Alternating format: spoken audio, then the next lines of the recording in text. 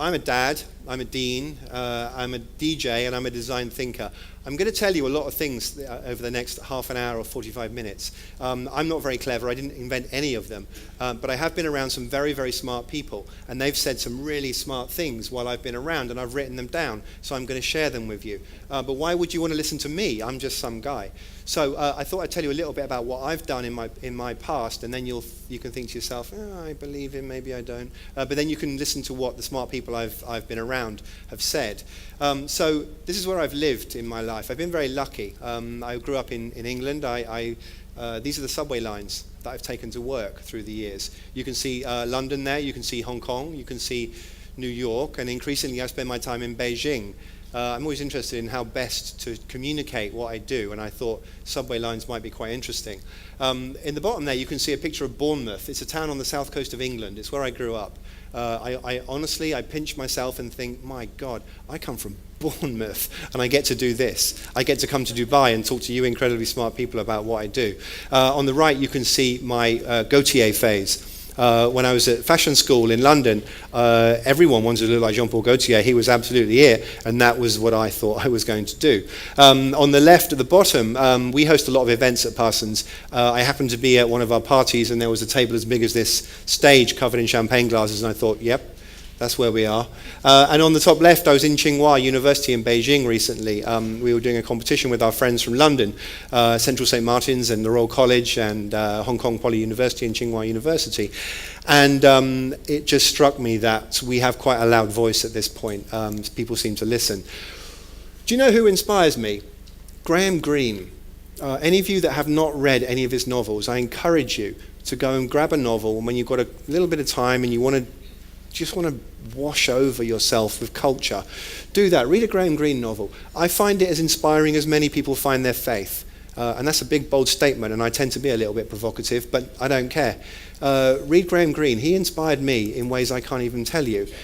If you've never heard Unfinished Sympathy by Massive Attack, two things. Shame on you. And secondly, I don't mind if you put on your headphones right now and go on YouTube and listen to it, because believe me, you need to hear that. The Clash, I'm not even going to tell you about the Clash, because you must know about the Clash. I tell you these things because I like to be inspired by the very best, and to me, that's two of them. This is where I work. This is my office. When I left fashion school, at the ripe age of whatever I was, like 20, 21, I opened a studio and I was making men's made-to-measure suits. I'm very passionate about suits.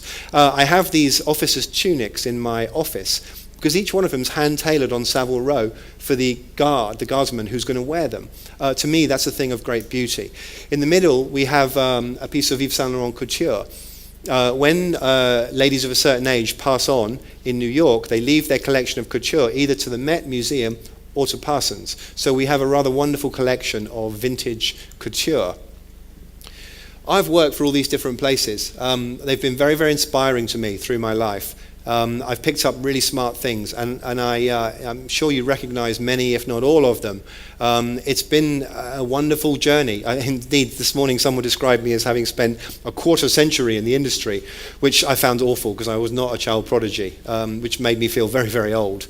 So what we have this evening, and I encourage anyone that's not got a pen or not got a phone, what are you doing? Because very, very smart things are going to be written on the board, not by me, and I encourage you to write them down.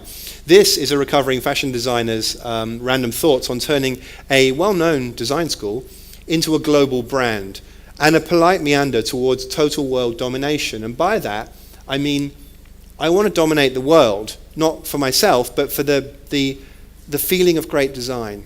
I'm very, very passionate about good design, and I'm very, very passionate about bad design. It drives me up the wall. I can't stand it. It kills me. I walk up and down the street and I see things and I think, oh no, why'd you do that? What'd you have to do that for? Why can't you do this? I sit in a restaurant and I'm like, well, I can't read this menu. The lighting designer was an idiot. What kind of font is this? Why did you do that? Why did you choose that color? And all this is like cognitive dissonance in my head, and it's like crippling. But I can't help it. It's who I am. I'm a designer. I have OCD, the obsessive compulsion to design. So this is where I work. This is my school, Parsons. We're in the fashion, the garment center of New York. We're just a building.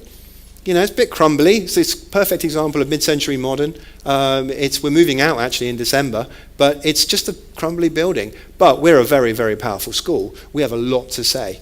And the reason for that is the excellence of our students and of our faculty. When I say we have a lot to say and that people pay attention, I assume you all know style.com. It's the website version of Condé Nast. It's almost without doubt the most prolific fashion website in the world. It's certainly the de facto Bible for the fashion industry.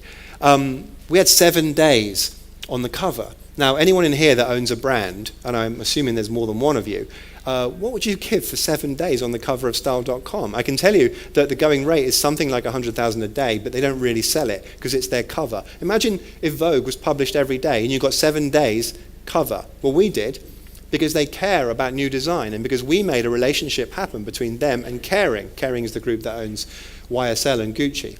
So yes, it was about the excellence of what our students did, but it was more about the understanding that you can't do it on your own. You have to work with other people. You have to create relationships to make these things happen. This is a backstage shot from our runway show. So someone came to me a little while ago, a big magazine in New York. I can't tell you who it is. It wouldn't be right. But they said to us, we love what you do. We love your students. We want to give you a big piece of our book. We also want to give you a website. We'll build that for you. And then we want to give you a runway show at Fashion Week. And I said, oh, that's lovely. God, that'd be super. Imagine that. And they said, oh, great. So sign here. I'm like, no. No, thanks. You're very, very kind, but I have to say no.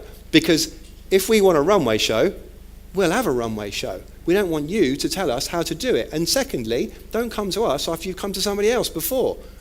We don't do that. We don't come second. We don't come third. We don't. That's not us. We don't do that. So this is what we do. This was during Milk. Milk is a photographic studio in New York, and they do something not unlike Fashion Forward. It's called Made. It's Made Fashion Week, and they support up to 50 designers, emerging designers, and give them the opportunity to show, which is incredible. And guess how much it costs each designer? Nothing. Zero. That's how much they support emerging talent. And that's us. We are emerging talent. People often say to me, what was your favorite fashion show of New York Fashion Week? It's very difficult to say with a straight face, but I can tell you, mine. Our show is our favorite fashion show, and I'll tell you why. Because if our lovely friends, Jack and Lazaro at Proenza School, do a brilliant collection, that is wonderful, and I love to see that. But that is the latest brilliant collection from Proenza School. It's continuing their wonderful brand and doing amazing things, but it's not going to shake me up. It's not going to challenge the way that I think about design. And that's what our show does. It challenges the way you think about design. So when this comes down the runway, you're not expecting it. You have no idea what to look for. When you go to see Jason Wu's show, who we love dearly, you look at it and you think, oh, that is a brilliant show from Jason.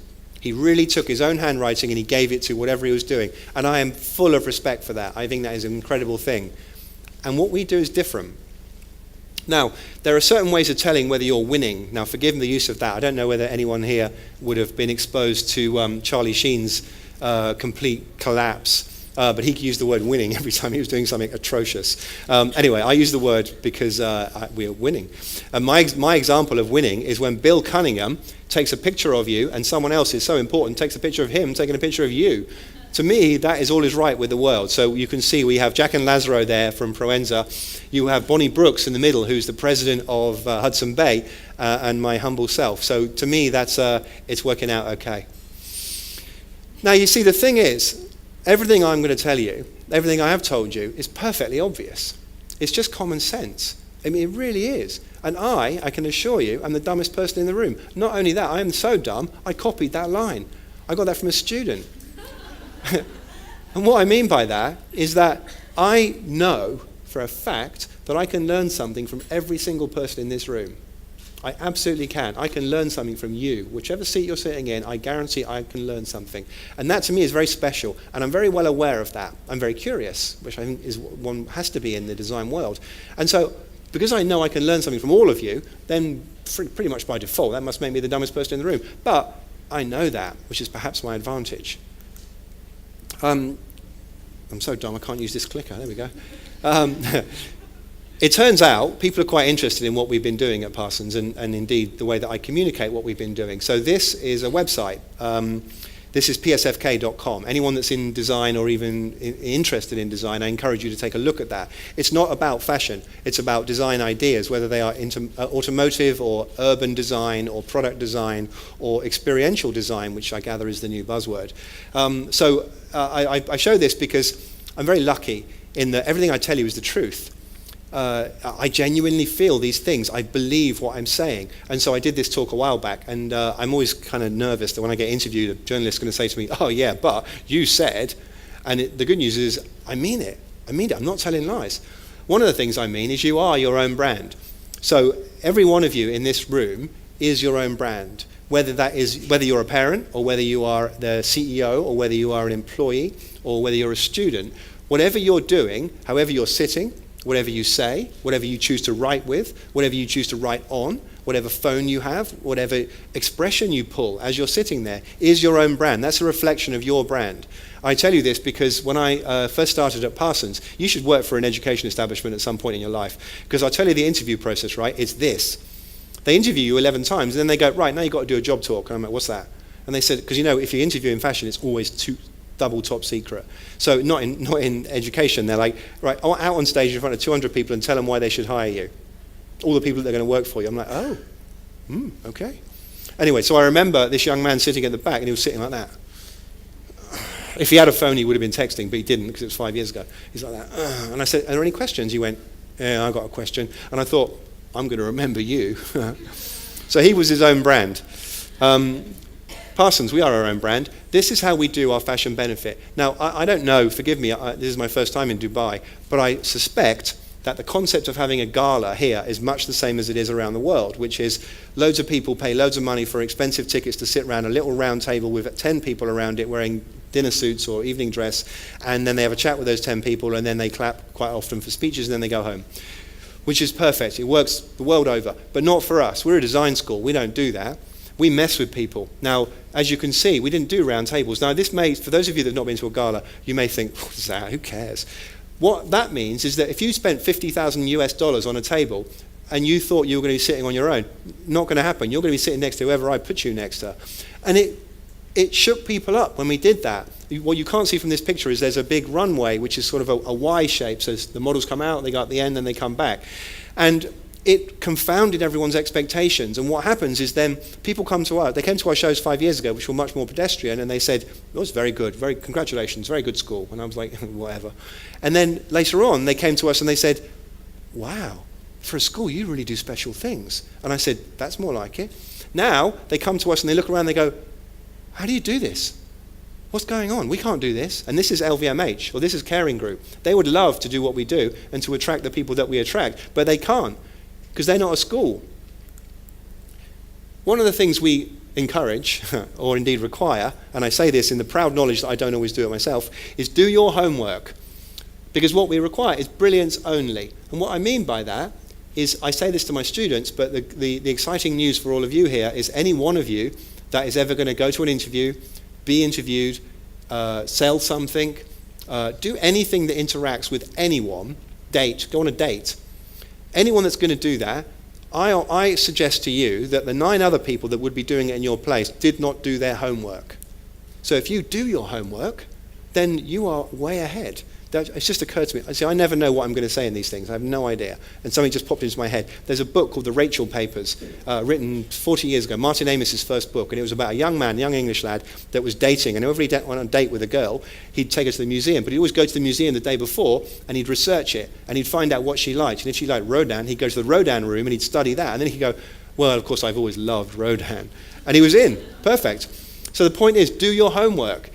I've got people that come to me for interviews, for me to interview them, and I say to them, do you know, it's lovely that you came, you've been through 10 interviews, I'm so excited about hearing what you think about us, about our school, about our website, and who we are and why we are who we are. And it actually happens that people say to me, oh yeah, no, I didn't really have a chance to look at your website, sorry about that, which I find perplexing, intriguing. I mean, they don't get hired, I don't get that. So do your homework. I encourage my students to not waste the effort of, not waste the carbon footprint of an email to send an email to a company if they haven't done their homework. And by brilliance only, I mean, don't send an ugly email. Where are you? Like, I think I know what that means. My daughter explained it to me. But I don't see why I should have to put up with that in an email. But I can write, where are you, as quickly as you can write, where are you? It's just me, and I'm terribly old-fashioned. And as I was told earlier on, I've been in the industry for a quarter of a century, which is I'm now scarred by. But just make it beautiful. Now, brilliance only. I was in Paris a couple of weeks ago, and I didn't go to this show. This is Rick Owens' show. But I felt the energy in Paris the minute this show took place. There are times in a design life when you get a punch in the face from design, and that's what this was. And I am knocked out by it. So that, you know, when you finish listening to Massive Attack, Unfinished Sympathy, go to YouTube and watch this. And listen, I've watched the conversation around this, and plenty of people have gone, oh, he didn't design the collection for ladies of that size. Oh yeah, because that's the point. I mean, this is just unbelievable. Like, go and watch this. This will confound everything you expect about our industry. Plenty of people listen to me prattle on like this, and they say, fashion's not important, it's a waste of money, it's a luxury, we don't really need it. Well, there's a good conversation in that. I'm very interested in having that conversation. But look at this. This is about real women. This is about women who happen to be from a particular sector of society that never gets any attention apart from the wrong attention, coming out and celebrating who they are and what they do in the most moving way, in the least likely place in the world, on the Paris runway. This, I offer you, there's going to be 2 punches in the face during this presentation. This is one of them. My goodness, you do not want to waste your time by going on any further without looking at that show. Talking of doing your homework, I'll calm down a little bit now. I used to work for Nike. It was great. It's an amazing company in many ways. Not all good, but mostly. And we needed to do something very big in Japan, create a stir. So any of you that's got a brand and you want to do something special, do your homework. What we did was we took the Brazil football jersey and we cut it up. We got loads of them. We cut them up, made them into a lady's blazer. And then we did a men's one as well, using the goalie jersey.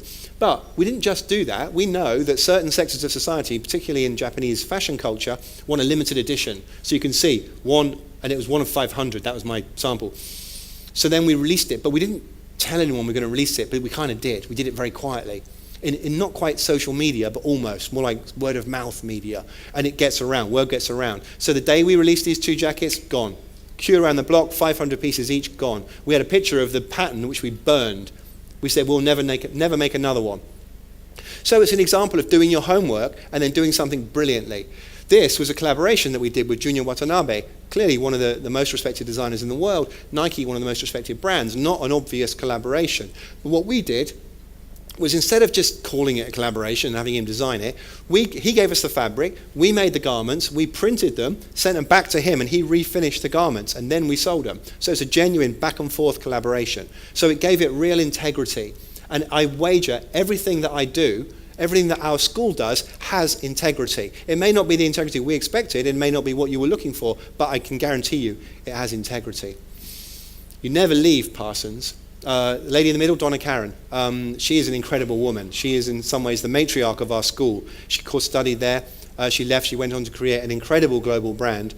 But she didn't forget where she came from. She didn't forget us. 5 years ago, she said, I need to know that designers are being trained in New York City to a certain level, which frankly is not happening. You know, there were very well respected master's programs around the world, but not in New York.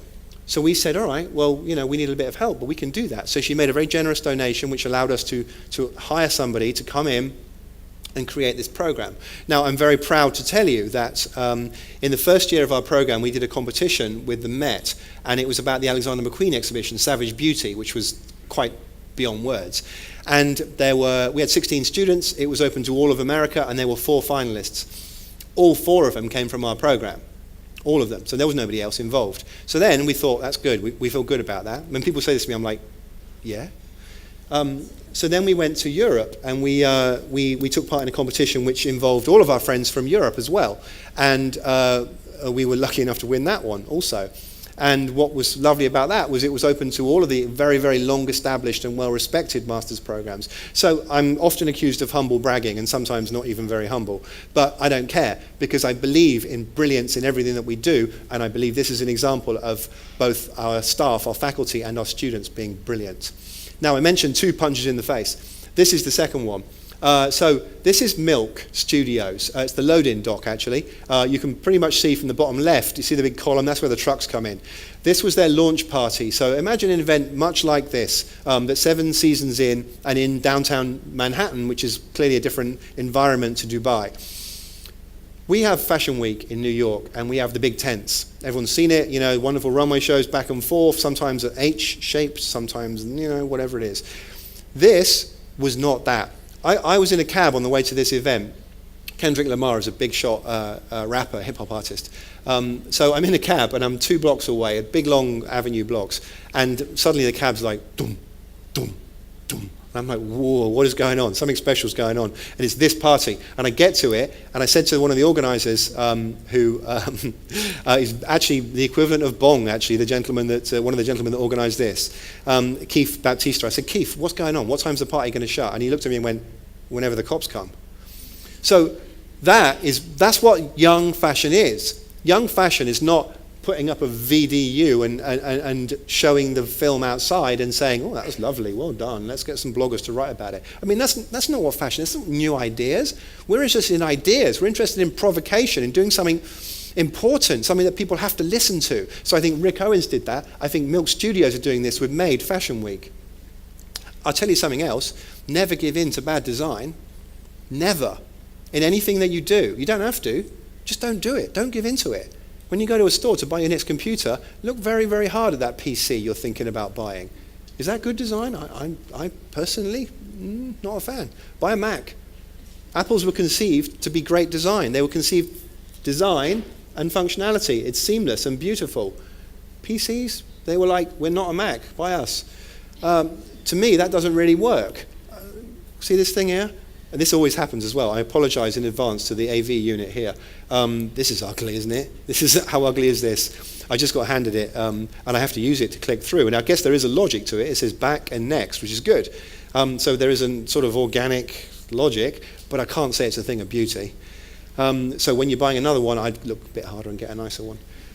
Just say no. Say no to bad design. Don't do it. If someone gives you something and they work for you, I went to an interview to a conversation recently, and these people said to me, sign this NDA, non-disclosure agreement. And I said, no. And they said, why? I said, look at it. It's a crappy photocopy. It's halfway angled on the page, and I can't read some of it. What do you think I'm going to design? What, do you not have a photocopy or just not know how to work it? I'm a bit obnoxious, I apologize. But the point is, say no. Don't do it. Don't give in. Because if you don't give in, then people will listen to you all the more. So we do a thing called Zero Waste at Parsons. It's a program. Everything you're wearing in the audience, everything, unless it's a sari, if it's woven, they wasted about 15% of the fabric when they were making it. This suit, 15% wasted. This tie, this shirt, 15% wasted. That's pretty tragic, isn't it? I mean, that's not good. How many people here run a business that would like to not waste 15% of their raw materials? Well, if you embody zero waste, then you don't waste anything, as it says in the title, zero waste. So we were putting this together, and we thought we'll work with a big company. I almost said who they were then. We'll work with a big company, and we'll teach them to do zero waste. Anyway, worked brilliantly. We designed a parka. You can not quite see it at the bottom, but we put the parka into production. We manufactured it, we sold it, we proved to the world that you can manufacture garments, you can design them producing zero waste. It does involve a different approach to design, but that's okay, we can help you to do that. 5 minutes after we did this and it got on the cover of the New York Times, the original company that we'd said we wanted to work with rang me up and said, can you teach us? So that means that's another way of seeing that everything's right with the world. Talking of everything being right with the world, when the phone goes and it's Christian Louboutin and he says, I'm launching my 20-year anniversary collection. I want to put some clothing with it, but I don't make clothes. Would you make them for us? We're doing a big party at Bergdorf's. That's how you know that everything's right with the world. And I'll tell you why he rang us up. He didn't know what he was going to get, but he knew he'd get something special. He knew he could rely on us to produce something beautiful to complement his shoes. And Bergdorf's, Linda Fargo is a good friend of ours too. They realized that they could trust us. Something great would come out of it. The same thing applies to LVMH. So I was actually chatting to a journalist recently, and we were talking about artisans, artisanal practice. There's a great history of artisanship here in this region, just as there is in Europe and in the US. So they wanted to find a way to celebrate that. And we believe in artisanship. We train 1,700 artisans. We love it. So it was very clear to us that we needed to work on this project. And so what we did was, I wonder if I can do this in one breath. What we did was we got 23 groups of 5 students embodying video, photographic, writing, and fashion, and we targeted them, with an artisan. And the artisans were calligraphers, photographers, metal workers, all kinds of different people. And they made a video documentary. Then they designed something inspired by the documentary. And then we edited all the documentaries into a feature film, which the New York Times screened. And then we did a talk at the New York Times Center, which is very prestigious. And then we had a party on Governor's Island before it was even open. So someone provided huge ships for us to sail there to take our guests. We're a design school. These are the other people we work with. Anyone would quite like all this on their roster. Actually, now that I look at it, this reads like the map of the Dubai Mall, doesn't it? So figure it out so I can get a Dubai designer on there. But anyway, this is who works with us. We don't mess around. We only do things brilliantly, or we say no, and we give people something special, something they weren't expecting. We don't do it on our own. It's important that we make friends and we influence people, and I encourage all of you to do this. Now, I do something often when I give a talk, and I think it's very important to do that, and it kind of shakes people up a little bit. So I'm going to ask you to do it now. Normally I get my phone out and I photograph you doing it. See, the thing is, we all go to these fashion events, and I talk a lot, as you can probably tell. Actually, I saw on the opening slide it just said talk. I thought, that's my resume right there, talk. But the thing is, you come to these things and you go away and you think, oh, it was really interesting. And then you think, I wonder what anyone else thought. But you didn't meet anyone. So here's what I'm going to ask you to do. This is you in the audience right now. I'm going to ask you to please turn around and introduce yourself to someone sitting next to you who you don't know. Tell them your name, tell them what you do, and that way afterwards you can have a chat with them about what you saw. So you've got 30 seconds. Please do that now. Turn around, say hello to someone in the audience.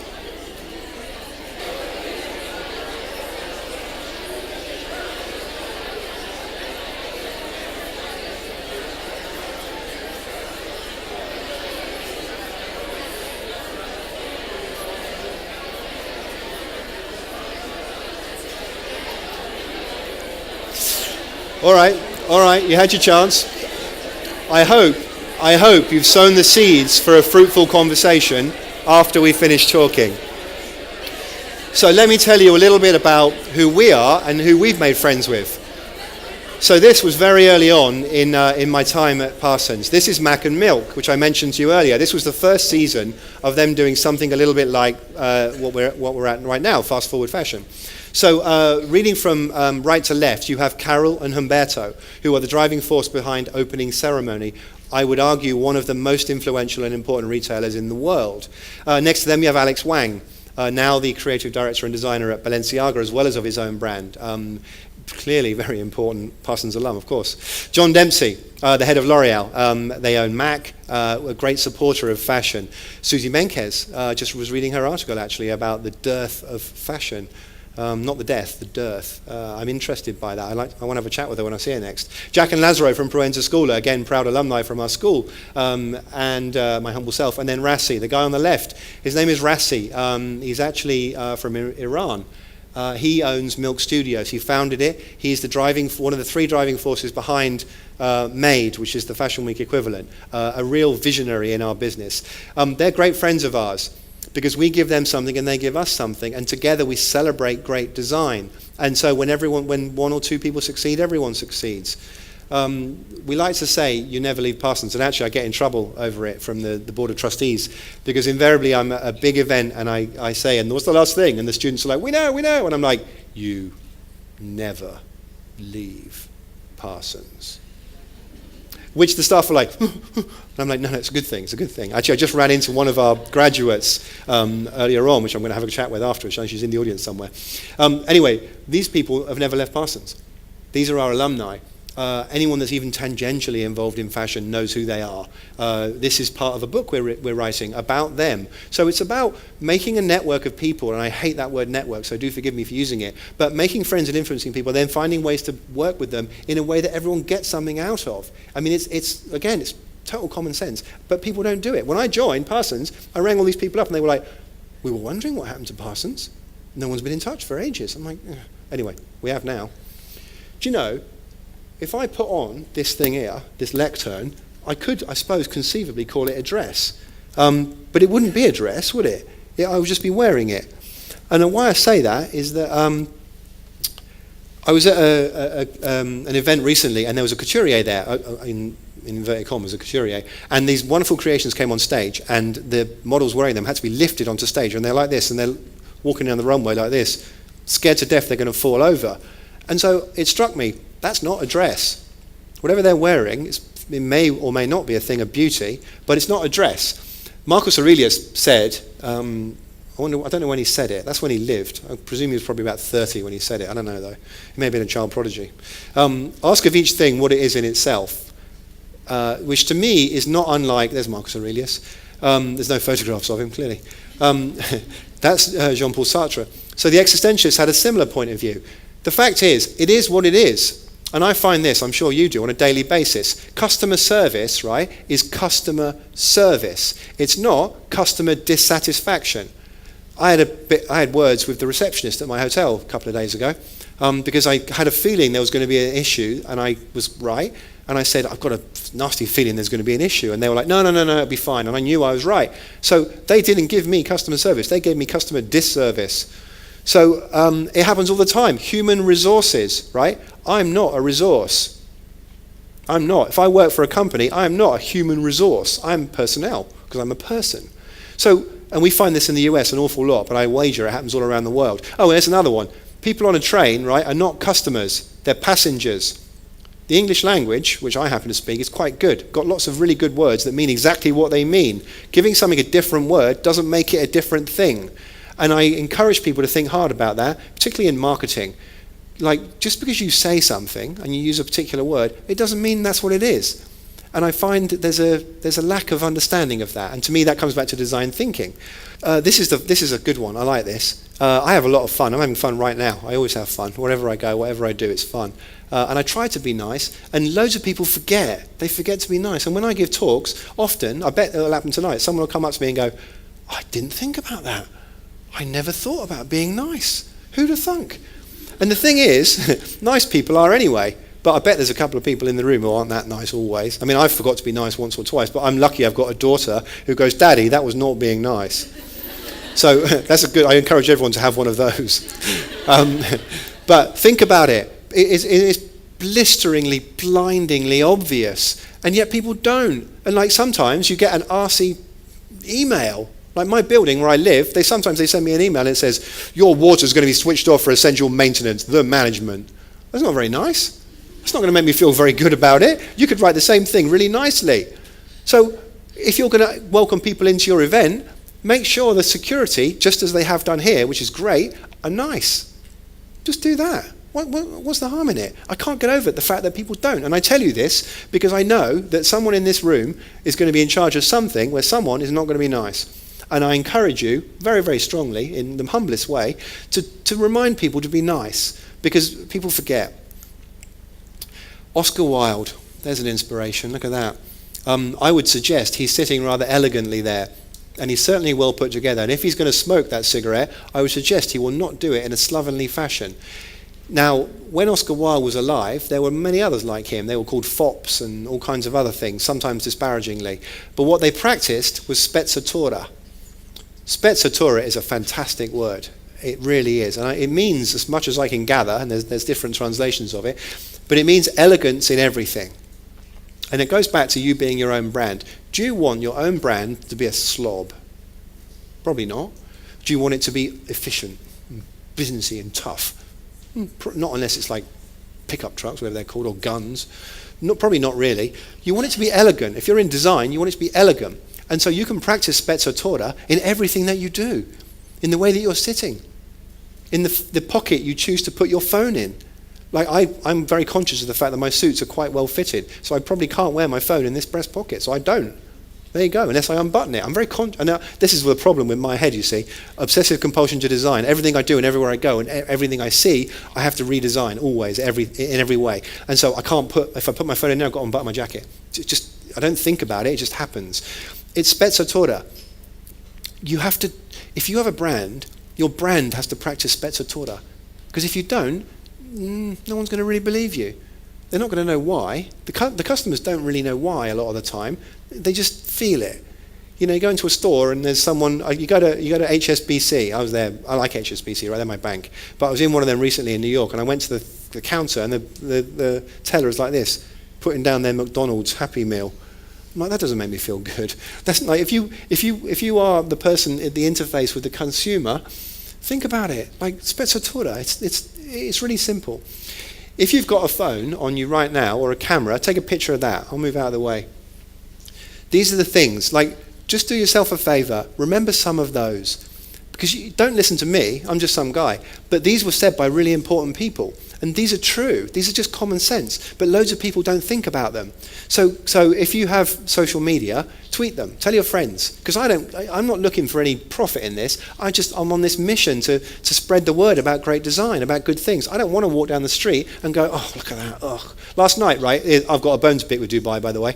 Last night I'm in the Dubai Mall and I'm going outside to the fountains. I'm like, nice. And then I think, oh, there's the Burj Khalifa. I'm going to go there now. So I start walking like this. Guess how long it took me to walk there? 45 minutes.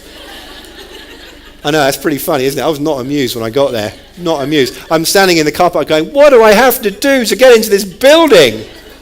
And I wasn't the only one. My friend Nanette and her family are here. And they're like, what do we have to do? What's wrong with these? A sign would have been really helpful. Just a sign. And they must have forgotten like 5 of those to not think about putting a sign there. Anyway, does anyone have a question? That often comes up. The question was, what's good design versus bad design? I'll tell you, good design is whatever I say it is, and bad design is whatever I say it is. But it's also whatever you say it is, and it's also whatever you say it is, and it's whatever you say it is. So good design is in the eye of the beholder. It's like art. This could be art. If someone cleverer than me wrote their name on it, I'd buy that as art. If Banksy signed that, I'd buy it. It'd be art. So it's about, what do you feel? And then of course, by extension, who do you believe? Some people believe me, some people don't. Some people are strenuously in disagreement with me, and I respect them enormously. They're wrong, obviously, but I respect them enormously because it's up to you. But we all, like I said earlier on, you've got to make your own mind up and then not give in to it. And if you, like some people, and I'm trying to think of something I despise and people love. Well, all right, I'll give you an example. McDonald's, right? Disgusting. I don't know why people would ever eat such a thing. Actually, I do, to get their kids those little toys. But like, I just can't do that. But other people love it, right? I think they're wrong, but that's their choice. They should do that. If that's what they love, they should do that. And so, it's a question of taste. It's, I love what I love, and I talk about it a lot, and people can disagree or not. I like it when they do that. Frankly, it's more interesting for me when people do disagree, because then we get a conversation out of it. Another question. That wasn't a very good answer, but I feel like that's what I think about it. Another question? My question is, what would you give professionals in the fashion design field? Well, the short answer is exactly that. I give talks like this to CEOs. Indeed, next week I shall be giving this very talk to a group of CEOs from one of the luxury groups. And I will tell them exactly what I've just told you. Because I mentioned a little while ago someone that came to be interviewed by me about a role, and they hadn't done their homework. And this individual was in their mid-40s, at their, one would argue, the peak of their career, and they hadn't bothered to do their homework. And I would wager some people who are not nice are not children. They're quite grown up, and they should know better. So the short answer is exactly that. We as a school, we teach students clearly, but I think more importantly, we learn. If you'll forgive me, I'll add something to your question and then answer it. Politicians do that. No, the question you're really asking is this. But you've got to tell me when to stop as well, otherwise I'll talk all night. People sometimes say to me, what do you expect Parsons students to know that other students might not? Well, the short answer is I don't know what other students know. That's not my field of expertise. But the thing that I expect Parsons students to know is how to ask smart questions. And if I was going to teach somebody who's a design educator, I would say, instead of telling people what to do, why don't you ask questions? I said I'm the dumbest person in the room, and I sincerely believe that, because perhaps I know how to ask questions, and that really is the smartest thing I can do. Isn't there like a Zen saying about that? It's the person who realizes they know absolutely nothing that's on the path to enlightenment or something. See, I'm so stupid I don't even know that quote. But that's what I would encourage people to do. So it's not so much this is what you should do, it's this is a tool for doing what you think you should do. Let's talk about what that could be. So it's a very questioning approach to teaching. See, I have no idea what I'm going to say. None.